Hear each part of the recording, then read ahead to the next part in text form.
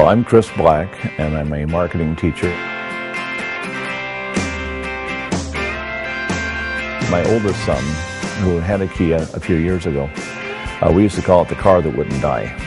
It was just one of those cars that, a million miles later, the thing is still going, and he finally just gave it to his brother-in-law, and his brother-in-law is still driving it. So when I was looking for a new car, my son said, "Hey, Dan, I've got a friend at Westminster. He drives a Kia."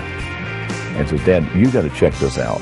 Drove the car, and I knew I was in trouble as soon as I brought it up in the front because of the rims.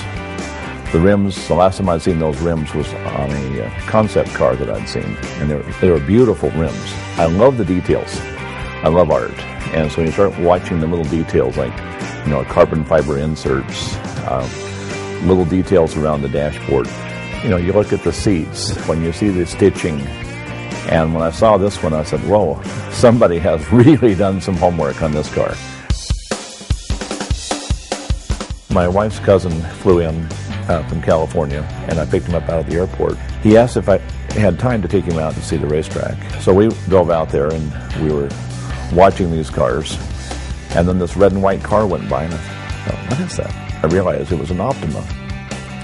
And it was really exciting to watch this thing because it just accelerated just like a rocket. And this is a car that really is definitely a sports car, because I've always owned sports cars, and this was definitely a sports car. It was fun to watch it, and it finished on the podium that weekend.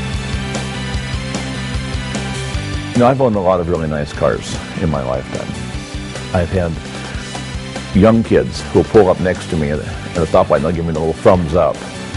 He said, "That is the most beautiful car in this parking lot." To a car guy, those are really important things.